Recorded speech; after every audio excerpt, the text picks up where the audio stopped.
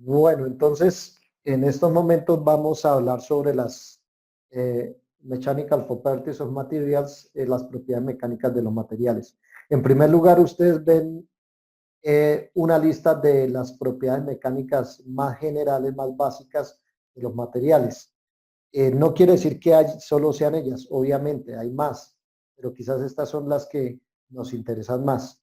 Entonces, si ustedes ven, hay ciertos nombres específicos que obviamente están aquí en inglés, que pueden ser traducidos al español, pero finalmente lo que yo les quiero también hacer ver es que los nombres son muy específicos, así como yo me llamo Rafael, eh, la propiedad mecánica tiene un nombre específico. Entonces, si nosotros no tenemos el concepto claro, no tenemos el nombre específico en el momento de buscar y de seleccionar un material, lo podemos hacer mal en una selección mala respecto a los requerimientos de diseño, porque posiblemente confundimos el nombre de la propiedad mecánica o estamos pensando que es una propiedad mecánica que le da eh, un comportamiento específico al material y finalmente es otro porque estoy confundido. Entonces, si ustedes se dan cuenta, aquí hay unos que se llaman módulos o módulo de Young, módulo de flexión, shear modules, módulo de corte, y bulk modules es como un módulo de volumen. Poisson ratio, la relación de Poisson, factor shape, factor de forma, yield strength o elastic limit, el límite de elasticidad, tensile strength, compressive strength, flexural strength. Si ustedes ven, este grupito de acá tiene, digamos, el mismo apellido, ¿sí? Esfuerzo. Y estos de aquí tienen el mismo apellido, módulo. ¿Entendido? Elongación, elongation, hardness, dureza, que aquí está especificada en una medida específica de dureza que se llama Vickers. Fatigue strength at 10 a la 7 cycles es digamos, el esfuerzo de fatiga. Y aquí fíjese que hice un esfuerzo de fatiga de un modelo, es decir, donde yo puedo quizás cambiar, no decirle 10 a la 7, sino otro. Fracture toughness, que es la tenacidad a la fractura, y mechanical loss coefficient, tan delta, que es una pérdida de coeficiente mecánico. Entonces, estas son las propiedades más generales y realmente en este curso vamos a ver algunas de ellas, no las vamos a ver todas. Bueno, y fíjese en las unidades, fíjese que el módulo generalmente tenemos en gigapascales, ¿sí? Fíjese que todos los esfuerzos generalmente los tenemos en megapascales. Mire que la elongación la tenemos en porcentaje de strain. Strain es como la deformación sobre la deformación, las unidades serían como milímetro sobre milímetro o algo así, o sea, longitud sobre longitud. Hardness en Vickers, HB de Hardness Vickers. La fatiga, mire que la fatiga también, igual que el esfuerzo, es en megapascales porque también es un esfuerzo. Miren que aquí dice strength y aquí también dice strength, ¿sí? La tenacidad de la fractura, fíjese que sí es una cosa bien rara, es megapascales por raíz cuadrada de metro, y el pérdida de coeficiente mecánico es adimensional. Entonces, esas unidades las iremos comprendiendo a medida que vamos adelantando las propiedades mecánicas. Bueno, ¿cuál es el resultado del diseño? Cuando nosotros hablamos de diseñar algo, el resultado básicamente es un plano. En un plano que va plasmado, si ustedes se dan cuenta, en un plano obviamente la figura del material, ¿sí? Digamos en todas las caras, pero además de eso va seleccionado, si ustedes ven aquí, va seleccionado el material, ¿sí? Mire, aquí esto es el material. Pero además de eso también van a seleccionadas o van definidas cómo se va a unir ese material. Entonces fíjense que, o esos componentes, no el material, sino los componentes. Entonces, por ejemplo, fíjense que aquí estas dos cosas se están uniendo por tornillo, pero aquí si ustedes ven estos triangulitos, lo que me está diciendo es que ahí se está uniendo por soldadura. Mírenlo acá, ¿sí? Entonces, cuando yo hago un diseño o el resultado de un diseño es un plano. ¿Un plano para qué? Para que el fabricante pueda construir. Entonces aquí tiene que estar especificado todo. Cuando nosotros hablamos de un plano, obviamente estamos especificando los materiales en función a todas esas requerimientos de diseño que fueron pensados durante precisamente el diseño. Y hablemos un poquito de lo que es el esfuerzo.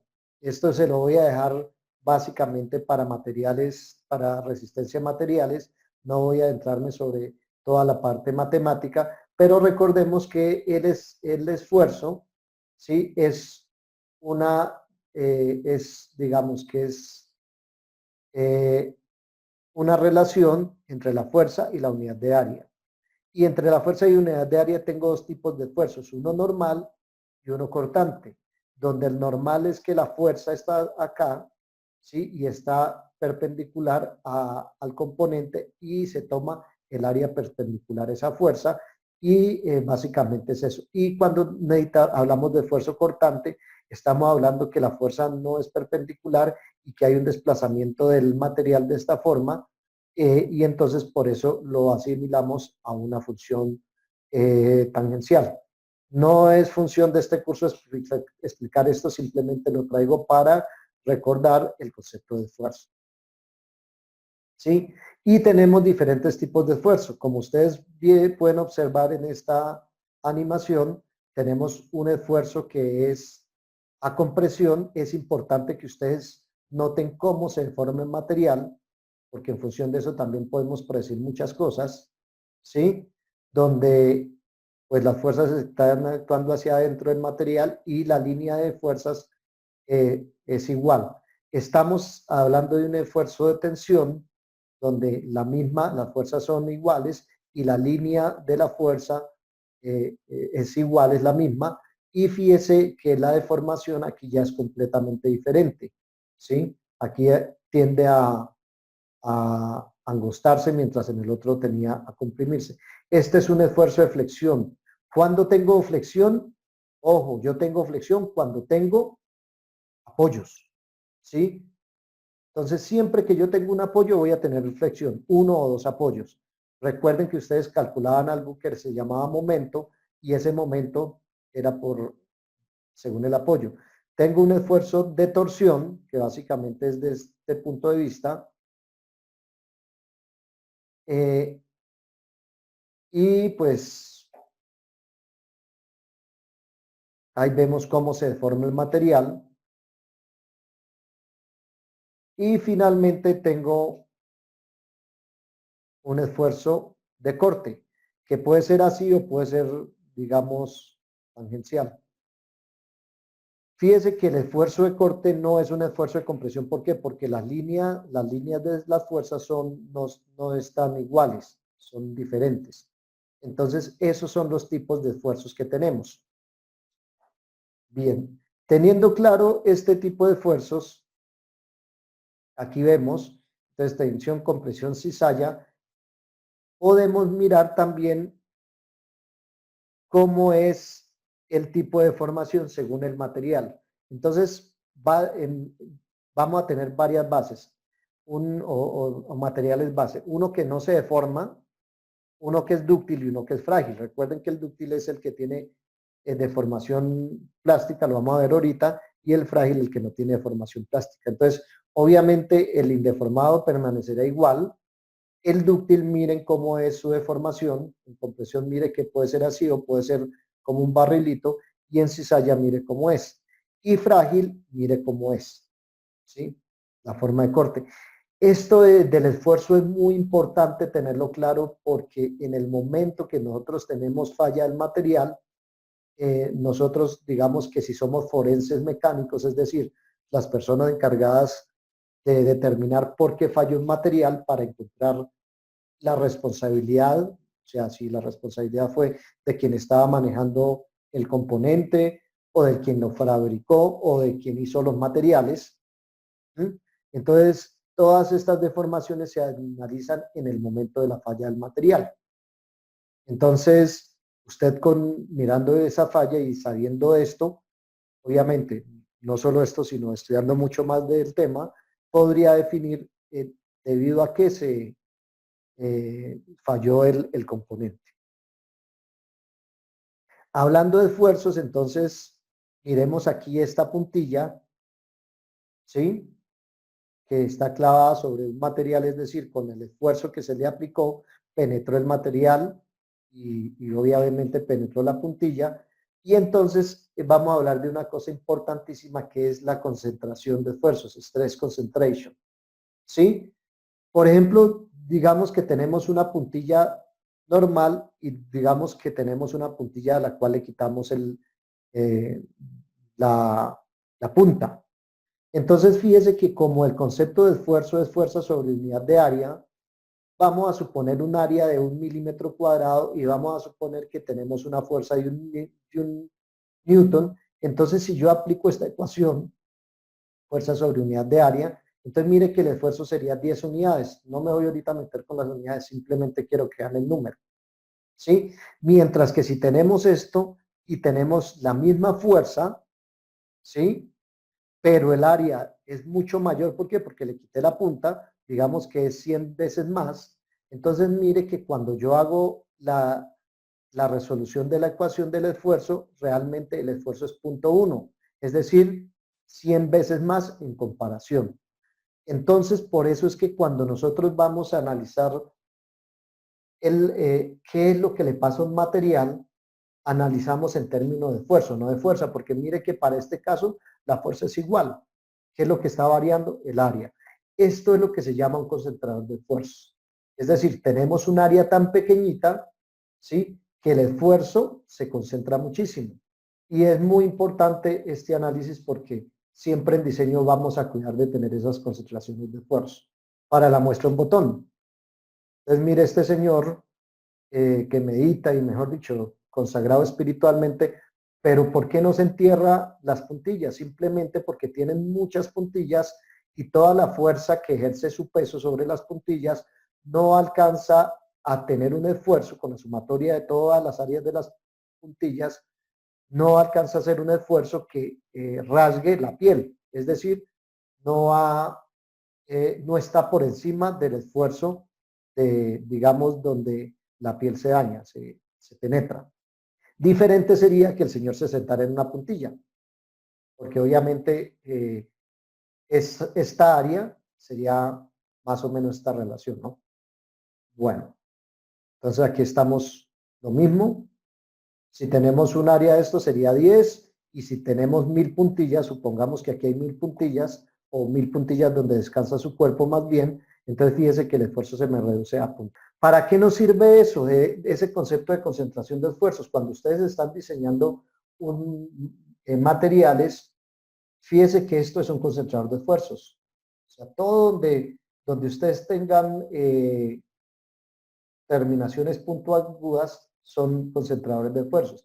Esto es una simulación con algún CAE que han hecho y están utilizando un concepto que se llama von Mises estrés, es decir, un esfuerzo de von Mises que ya lo eran en resistencia, creo que en resistencia 2. Y fíjense que por ser esta forma geométrica, aquí tengo un concentrador de esfuerzo muy grande, de 4.16 por 10 a la 7 pascales. La pregunta es, ¿será que el material falla ahí o no falla? Obviamente va a depender del material que está siendo usado y precisamente eso es lo que nosotros queremos como aclarar. En esta también observamos lo mismo. Mire que esta parte donde se unen estas dos componentes también es un concentrador de esfuerzos. Y mire que 37, ¿sí?, megapascales. Mientras que mire que en el resto del material, entonces eso en relación a los concentradores de esfuerzos, porque tenemos que cuidarnos mucho de eso. Bueno, listo, empezamos con tema o vamos a recordar más bien qué es la deformación elástica. Si ustedes ven esto, aquí fíjese que esta cuerda se está deformando elásticamente. ¿Qué quiere decir? Que cuando el señor le está haciendo la fuerza hacia atrás, ella se deforma elásticamente. Cuando él deje de hacerle la fuerza, ella va a regresar a su posición inicial sin ninguna deformación permanente. Eso se llama resiliencia, ¿no, profe? No, otra cosa. pero si quiere, por favor, las preguntas al final. Recuerden que ahorita estamos haciendo el video chévere. Entonces, por favor, si quieren, anoten las preguntitas ahí en el cuaderno y al final discutimos eso. ¿Listo? Bien, ahora miremos, esto también es deformación elástica. Fíjese que este caucho se está deformando completamente, pero una vez que llegue aquí, su forma va a volver a ser inicial. Entonces, mire que en muchas aplicaciones nosotros requerimos que haya una deformación elástica, ¿sí? Y esa propiedad la podemos calcular. Eso es lo que llamamos módulo. Más adelante lo voy a explicar. También tengo otro tipo de deformación para los materiales dúctiles, que es la deformación plástica. Entonces, fíjese, por ejemplo, este contenedor de alimentos que tiene una deformación plástica. Cuando nosotros tenemos deformación plástica, en general, la gran mayoría de veces es la falla del componente. Es decir, no requerimos o no necesitamos que el componente se fracture, sino que haya apenas una deformación plástica.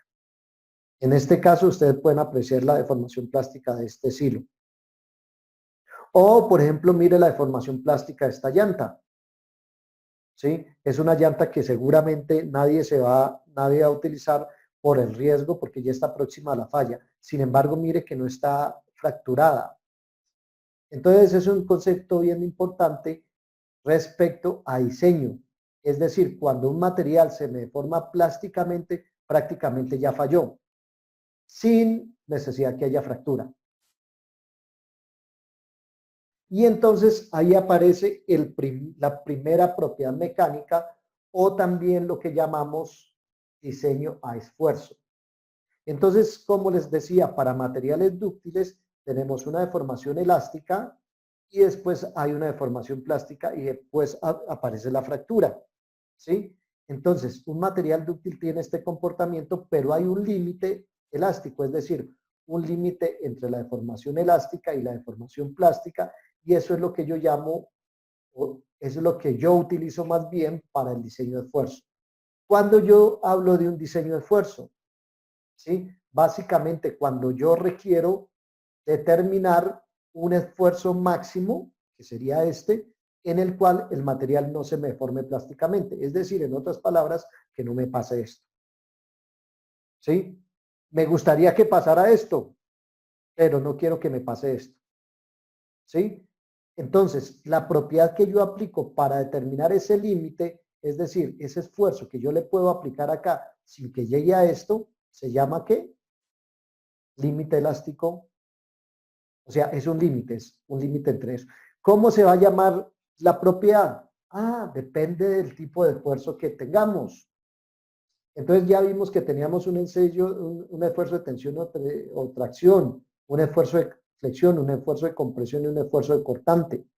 ¿Sí? Y entonces ese límite entre la deformación elástica y la deformación plástica se va a llamar según el esfuerzo que yo esté aplicando. Entonces, si es un tensión o tracción, entonces está el límite de fluencia, el límite de elasticidad, el esfuerzo elástico, el límite de proporcionalidad.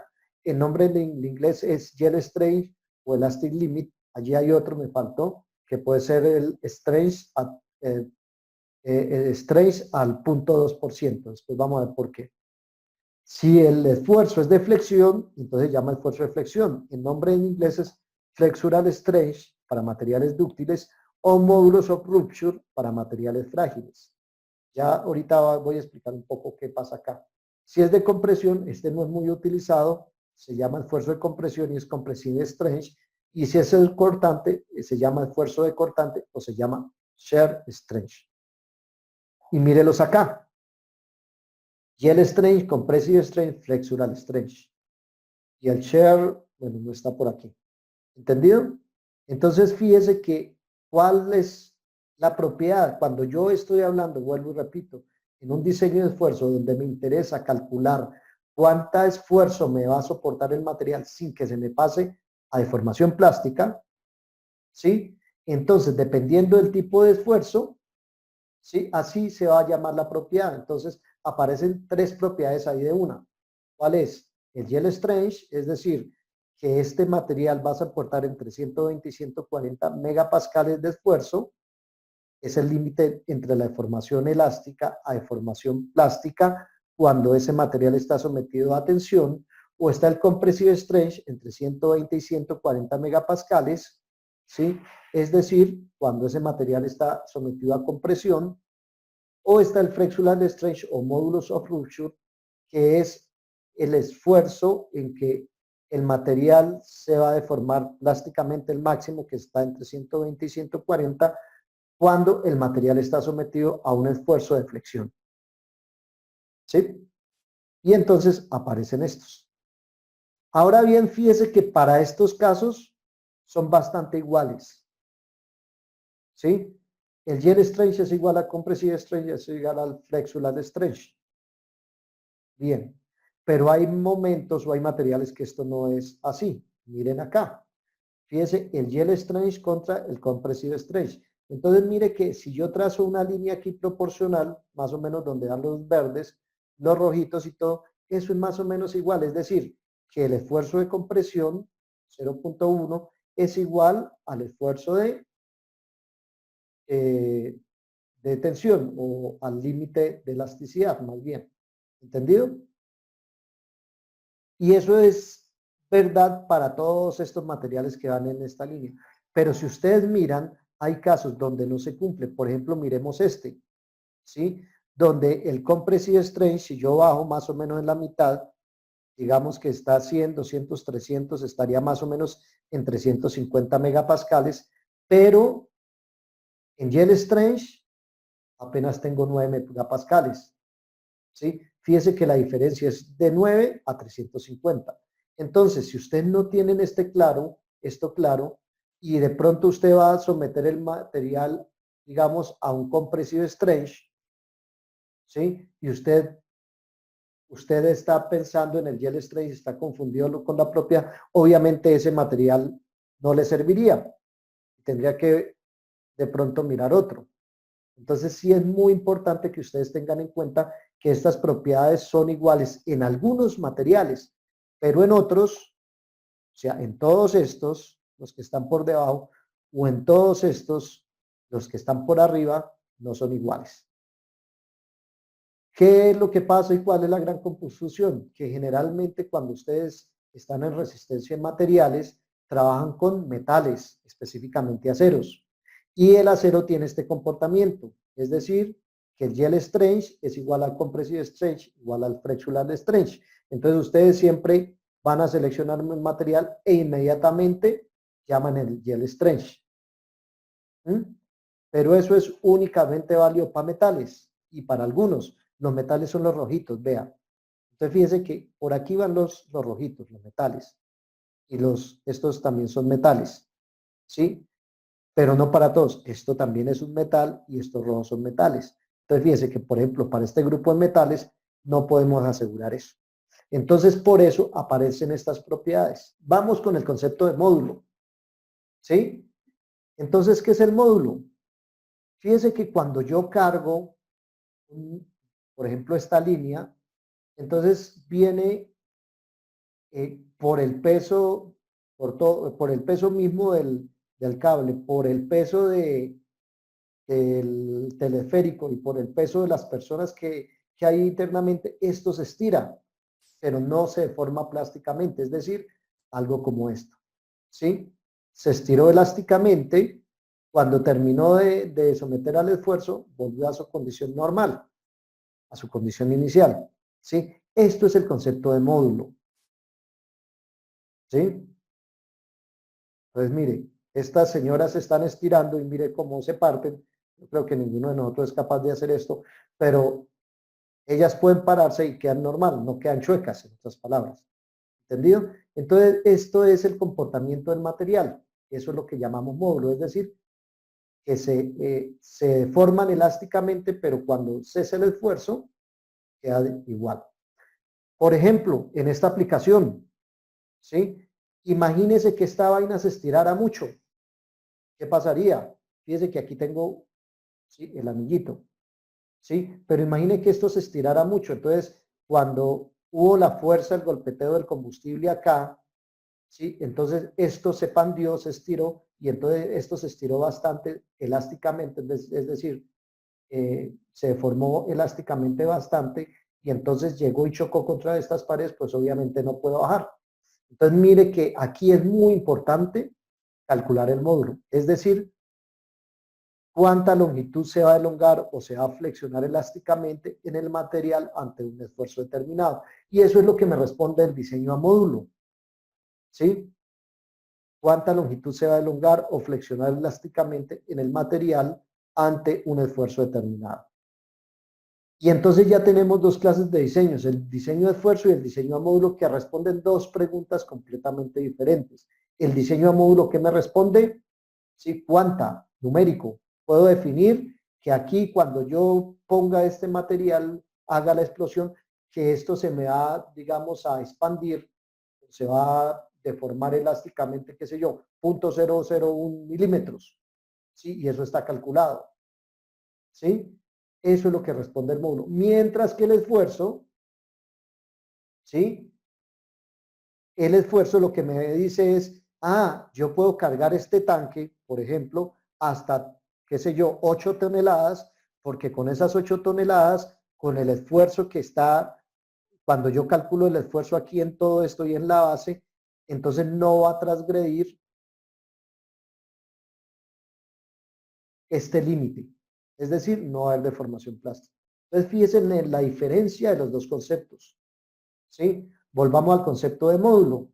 Y obviamente, así como en esfuerzo, también según el tipo de esfuerzo aplicado, tenemos nombres diferentes de módulo, es decir, ¿sí? Módulo con apellido.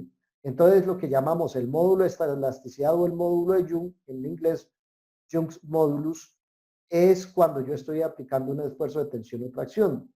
Cuando yo estoy hablando de flexión, entonces es el módulo de flexión, flexural modulus, ¿sí? Y cuando estoy hablando de cizalladura o corte, módulo de cizalladura o cortante o módulo de rigidez, shear modulus. Ojo con este concepto, módulo de rigidez, porque hay otro concepto que es la rigidez, sin el módulo de, ¿sí? Y es más general. Y ese concepto lo aplicamos nosotros. Cuando yo digo módulo de rigidez, o sea, lo especifico de esta forma, me estoy eh, refiriendo al módulo cuando ese material está en cizalladura o corte. ¿Sí? Y mírenlos acá. Entonces fíjense que el módulo de Young, el flexural modulus y shear modulus. Y miren que, por ejemplo, para el módulo de Young y el flexural modulus, básicamente tiene el mismo comportamiento. No así con el módulo de cortante. Eso lo vamos a explicar después, por qué es un comportamiento diferente. ¿Entendido? Y respecto a las propiedades, fíjese que el módulo de Young, dependiendo de los materiales, mire cómo cambia. ¿Sí? Entonces, en plásticos flexibles y elastómeros menor de 1 gigapascal. Es decir, los plásticos flexibles elastómeros, los cauchos son muy, muy elásticos y el módulo es menor de 1 gigapascal. Es decir, yo no necesito mucho esfuerzo para que la deformación elástica sea grande. En otras palabras, entre más bajo sea el módulo, más elástico es el material. Entre más alto el módulo, menos elástico es el material. Obviamente, ¿quiénes son los menos elásticos? Pues los cerámicos y vidrios, los cerámicos técnicos. Fíjense que estamos en los cerámicos técnicos entre 20 y 700 gigapascales. Los metales no ferrosos entre 10 y 310 gigapascales y los ferrosos entre 70 y 250. Mire la gran diferencia entre los plásticos y los metales. ¿Sí? Entonces, cuando usted necesita un material que no se deforme mucho, es decir, que necesita una tolerancia dimensional definida, pues los plásticos puede ser que no le den una solución muy interesante, mientras los metales sí. ¿Sí? O fíjese aquí los cerámicos técnicos. Ellos no, prácticamente no, casi no se deforman elásticamente. Las unidades, creo que esto ya lo han visto en resistencia, lo voy a recordar nuevamente. Generalmente las unidades de los esfuerzos es megapascales. Y ojo, les quiero hacer una acotación aquí. Generalmente un megapascal es Newton por milímetro cuadrado. Entonces, por favor, se lo suplico, cuando estén desarrollando un problema y estén en sistema internacional que es Newton, no me hagan la resolución con metros. Primero pasen todo a milímetros y después que tengan todos milímetros, ahí sí resuelven. ¿Por qué? Porque ustedes lo hacen a metros y después se meten en una confusión para pasarlo a megapascales. Y entonces no falta el que se equivoca. Entonces, para evitar esa equivocación, desde el principio todas las unidades llévenlas a milímetros porque es megapascales. ¿Y por qué megapascales? Porque si ustedes se ven aquí, siempre cuando yo estoy hablando del esfuerzo es megapascales. ¿Sí? Entonces, ¿para qué va a utilizar únicamente usted pascales? No, de una vez el megapascales. ¿Sí? Un gigapascal, 1000 megapascales, ya lo sabemos. Y aquí está la conversión al sistema inglés. Entonces tenemos el KSI, que son 1000 PSI, así como kilo, que son 1000. Entonces aquí PSI, que es 0.0068 megapascales, o un megapascal equivale a 145 PSI. PSI es una medida también inglesa y también la utilizamos aquí mucho. Nosotros realmente aquí en Colombia, algunas veces acá y otras veces acá. Cuando usted va a inflar una llanta, ¿en qué le dice? No, échele tantas libras o tantos PSI. Ah, es esto. Y muchas veces para seleccionar un material también lo están desde acá. Generalmente los manómetros o la presión la están diciendo en PSI y después escogen el material desde el megapascal. Entonces tienen que tener una claridad y ser duchos en la conversión de estas dos unidades. ¿Entendido? Voy a aclarar un concepto, tensile strength. ¿Sí? ¿Qué es el tensile strength? Porque mírelo aquí, tensile strength. ¿Sí?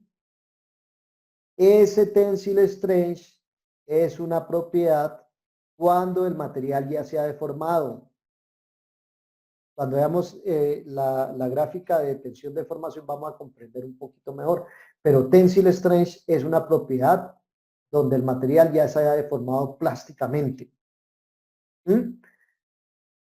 Y ahora bien, yo les he dicho que cuando voy a diseñar algo, cuando se me deforma plásticamente, sí, ya me falla. Mire. ¿Mm? Y el tensile strength está por acá. Sí, este sería el gel strength, si estuviéramos en tensión. El tensile strength, que es de tensión, estaría por aquí.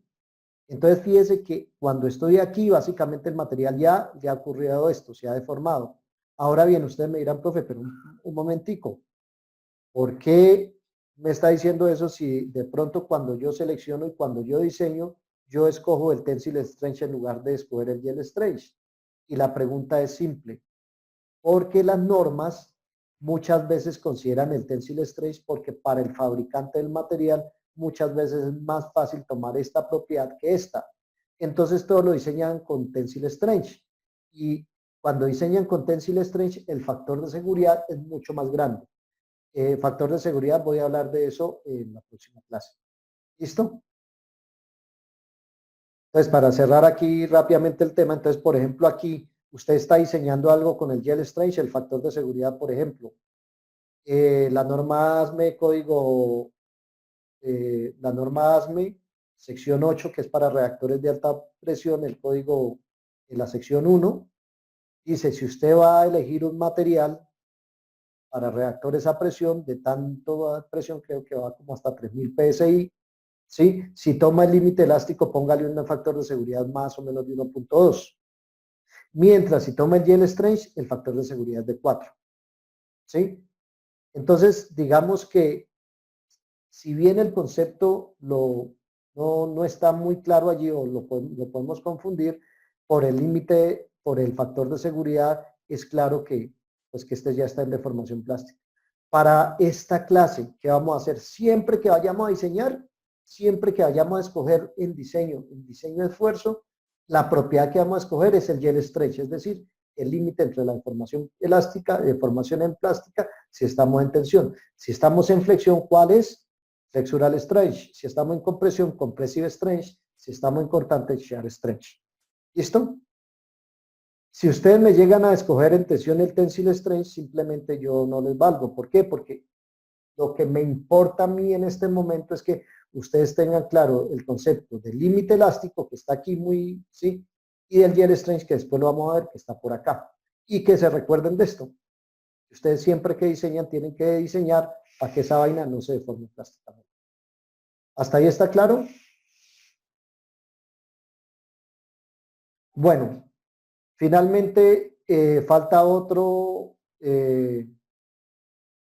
otra propiedad que es el breaking strength, que es el momento en que el material se rompe, pero digamos que esa propiedad nunca se pone porque usted nunca vaya a diseñar a eso, a no ser que esté diseñando algo para abrir, ¿no? Básicamente, entonces, aquí termino.